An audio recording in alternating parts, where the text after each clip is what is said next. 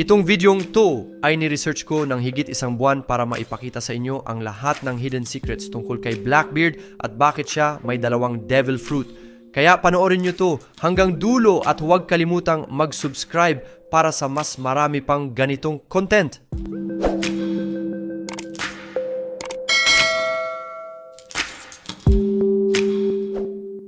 Bakit nga ba kayang magkaroon ng dalawang devil fruits si Blackbeard? I-set aside muna natin. Yan kasi mas importante yung tanong na paano niya nakuha ang Gura Gura no Mi mula sa katawan ni Whitebeard agad-agad pagkatapos mamatay nito. Tingnan natin si Smiley, isang poisonous gas sa Punk Hazard na gawa sa explosion doon. Yung gas na to kinondense ni Caesar Clown at binigyan ng Serra Sanomi model Axel Devil Fruit para gamitin sa chapters 675 at 676. Si Smiley kinain ang candy na dala ni Caesar na may layuning patayin ito para bumalik bilang poisonous gas pang massacre. Pansinin kung paano muling nabubuhay ang Serra Devil Fruit.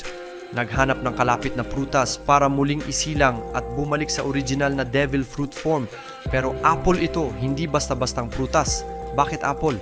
Ang apples ay may espesyal na role sa nature na nagdudulot ng rebirth na related sa natural devil fruits. Nang ginawa ni Caesar ang smile fruits, ginamit niya ang sad compound na ipinasok sa orchard. Tingnan mo itong orchard na to, mga apple trees na sumisipsip ng sad nutrients mula sa kanilang ugat. Pero kailangan ng liwanag ng mga puno para sa photosynthesis, malaking amount ng liwanag para mag-form ng artificial devil fruit. Ang sunflower garden ay nagsisilbing artificial suns pero mahina ang mga rays, kaya 10% lang ang success rate. Dahil dito, ang successful devil fruits ay mga failed products ng nature na walang kakayahan na mag-transform sa zone forms gaya ng animal hosts at hybrids, laging hybrid state ang mga smile fruit eaters. Naturally, ang mga souls nila ay nahahati sa dalawang parte o minsan isa lang. Ang isang parte ang may hawak ng devil fruit, ang isa naman ay para sa animal form, nagkakaroon ng conflict sa control ng kanilang katawan, tulad ni Holdom ng Beast Pirates na kumain ng Lion Smile Fruit. Ang mga personalities ng dalawang parte ng katawan niya ay sobrang magkaiba, laging conflicting sa desisyon. Meron din namang smile fruits na isang human soul lang ang meron pero ang katawan ay palaging nasa hybrid form tulad ni Speed. Overall, ang smiles ay sobrang flawed products, failed apples dahil sa imperpektong proseso ni Caesar sa paggawa ng devil fruit, malayo sa method ni Vegapunk. Yung artificial devil fruit ni Vegapunk mukhang apple pa rin. Yung pattern sa apple ay pareho sa smile na ginawa ni Caesar, nagkaiba lang sa kulay. Kung ikukumpara sa original form ng Uo Enmi fruit na na-reveal ni Oda, mukhang astig dahil sa dragon scales at spirals na may dalawang purple stalks. Hindi ito apple. Napansin mo na ba? Parehong scientists si Caesar at Vegapunk na nag-aral ng devil fruits ng matindi. Pero parehong apples ang ginamit nila sa pag-create ng artificial fruits. May sobrang special sa apples sa One Piece na di pa nire-reveal ni Oda. Ginagamit ito ng science para gumawa ng devil fruits. Yung transformation ng artificial devil fruits gamit ang apples ay nasa spots lang ng prutas at kulay nito. Kahit ganun, nananatiling apple ang shape at di nagiging natural looking fruit. Ang artificial uuu fruit na kinain ni Musuk ay nagbigay sa kanya ng mas perfect na transformation kaysa sa ibang devil fruits. Yung artificial devil fruit na ginawa ni Caesar nakatulong kay Momo na maging tiny dragon at pagkatapos ng 20 taon, isa na itong mature Asian dragon na may skills na kapareho ng original form ng dragon ni Kaido. Pero sabi ni Vegapunk, failed product pa rin ito dahil iba ang kulay kumpara sa dragon ni Kaido. Pansinin din ang ulo ni Doktor. Vegapunk, apple ito na parang nakadikit sa utak niya. Kaya nga tinawag pa siya ni Luffy na Old Apple Man sa sarili niyang style. Si Vegapunk din ay kumain ng devil fruit na Nomi Nomi na nagpapalakas ng brain memory pero may side effect na nagpapalaki sa ulo niya ng sobra-sobra dahil sa dami ng knowledge na na-absorb niya. Yung ulo ni Vegapunk, mas lumaki pa nang nakipagkita siya kay Dragon sa Ohara. Pero nag-research siya ng paraan para ma-convert ang devil fruit abilities at ma-separate sa katawan niya papunta sa punk record kung saan nakastore lahat ng impormasyon ng utak niya. Sa ngayon, separate na si Vegapunk at punk record, wala na silang connection sa isa't isa. Sinabi pa ng 5 elders sa assassin na i-eliminate si Vegapunk na pwede nilang i-destroy ang Egghead Island dahil connected ito sa buhay ni Vegapunk. Ibig sabihin kahit mamatay si Vegapunk, hindi maaapektuhan ang Egghead. Patuloy na mag-i-exist ang punk record at ang impormasyon nito. Kaya naman parang na-separate na ni Vegapunk ang devil fruit mula sa katawan niya. Bakit nga ba ganito ka-espesyal ang apples sa paggawa at pag-separate ng devil fruits? Parang laging may character na involved sa special devil fruits, lalo na sa Zoans, gaya ni Tama Kurumi. Si Tama, naapektuhan din ng rule ni Orochi at Kaido, ay kumain ng Kibi-Kibi no Mi na kayang gumawa ng Kibi Dango para kontrolin ang animals at successful smile fruit eaters. Smile fruits ay based sa animal genetics pero hindi full animal ang mga tao na kumain nito. May human will pa rin pero natatalo pa rin sila ng devil fruit. Si Tama ay mahilig kumain ng apples gaya ng sinabi sa Vivre card niya at nagbibigay din siya nito kay Luffy o Speed.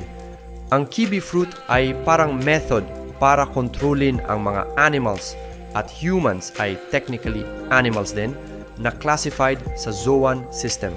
Ayon sa Revelations, may sariling souls ang devil fruits at nabubuhay itong muli sa mundo, pumasok sa kalapit na prutas para bumalik bilang bagong devil fruit. Apples ang ginagamit para gumawa ng devil fruits gaya ng ginawa ni Vegapunk at Caesar. Tingnan natin si Blackbeard, paano niya nakuha ang Gura fruit sa Marineford. Kung babalikan mo si Doc Q, nung unang lumabas sa Blackbeard Pirates, may dala siyang basket ng apples na ino-offer kay Luffy. Mabuti na lang at hindi kinain ni Luffy ang lason na apple. Pero bakit lagi silang may dalang apples? Madalas na ginagamit ni Doc Q ang apples para manukso at ito ang pangunahing item nila.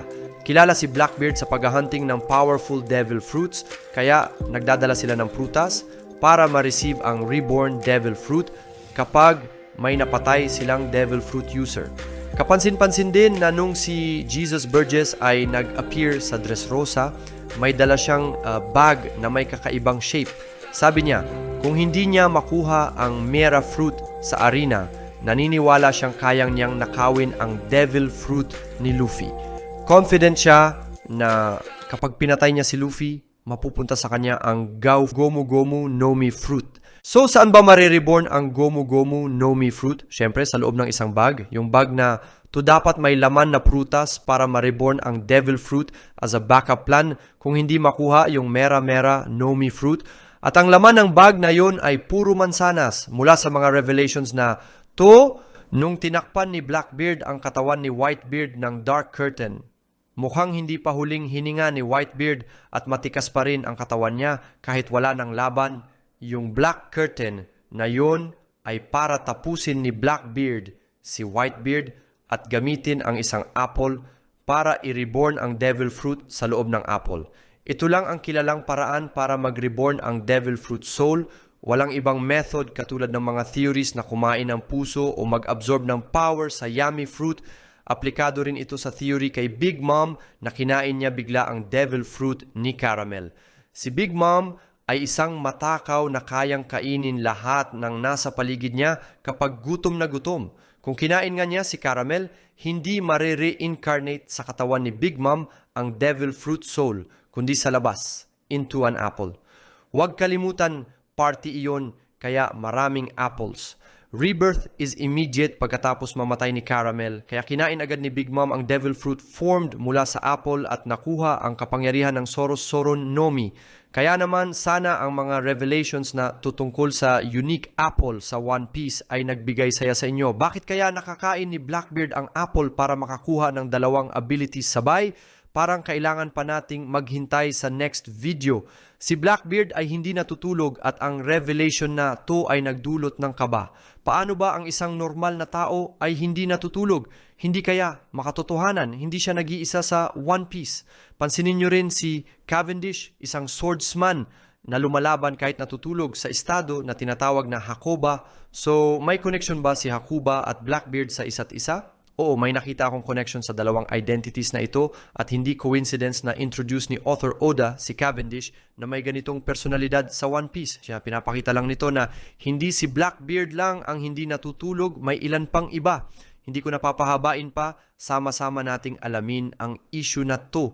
Ang katotohanang hindi natutulog si Blackbeard at ang napaka-special na revelations tungkol sa personality niya.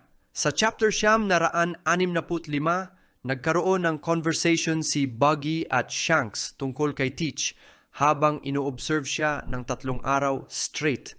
Sabi ni Buggy kay Shanks, "Uy, nakita mo yung guy na may hat?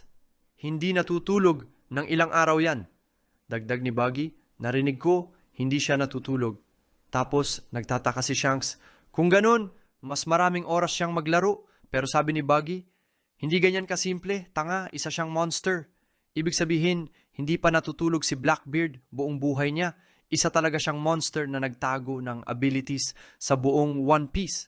Makikita natin ang pagbabago sa attitude ni Shanks kay Blackbeard sa dalawang stages. Una, nung bata pa si Shanks, during the 3-day battle ng Roger at Whitebeard Cruise, hindi pinansin ni Shanks si Teach at inisip niya na parang batang naglalaro lang. Pangalawa, nung lumaki na si Shanks at nagkaroon ng scar sa mata niya na mula kay Teach, napatunayan niyang tama si Buggy, monster nga si Blackbeard. Sa Summit War, kinutya ni Blackbeard si Shanks tungkol sa scar na parang bagay sa mukha nito.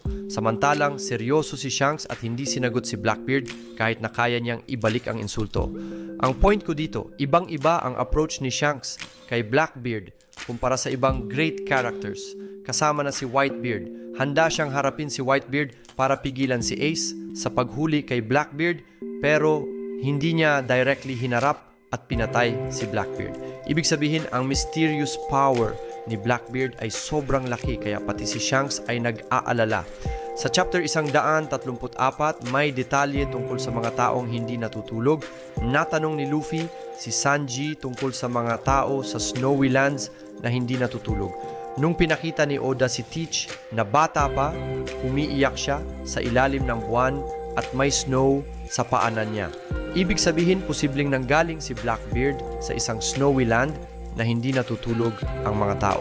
Sabi sa drum, ang Snow Kingdom na unang nabanggit si Blackbeard, walang malinaw na intensyon, pero parang may kaugnayan sa lugar na hindi natutulog ang mga tao. Kahit wala tayong concrete basis para mag-confirm, sigurado tayo na sa buong buhay ni Blackbeard, hindi siya natutulog. Ang mga taong hindi natutulog ay kadalasang sobrang lakas at may mysterious ability. Hindi pa nakakain ni Blackbeard ang Darkness Fruit nung nasugatan niya si Shanks. Ibig sabihin, ibang lakas ang ginamit niya nung time na yon. Sa maraming confrontations, hindi pa rin nagpapakita ng full strength si Blackbeard. Yung issue ng multiple personalities ni Blackbeard tulad ni Cavendish ay tila nagpapakita na ibang tao ang lumalabas kapag natutulog. Kapag nagpalit si Cavendish ng personality, nagiging mas malakas siya, ganun din si Blackbeard. Pero unlike Cavendish na hindi kayang kontrolin ang Hakuba personality, mukhang kontrolado ni Blackbeard ang mga personalidad niya. Si Blackbeard ay hindi natutulog dahil bawat personality niya ay may kanya-kanyang lakas at plano. Siya ang pinaka nakakatakot na karakter sa ngayon sa One Piece. Yan lang ang analysis ko kung bakit hindi natutulog si Blackbeard. Marami pa akong gagawing videos, kaya huwag kalimutang mag-subscribe para ma-follow ang channel.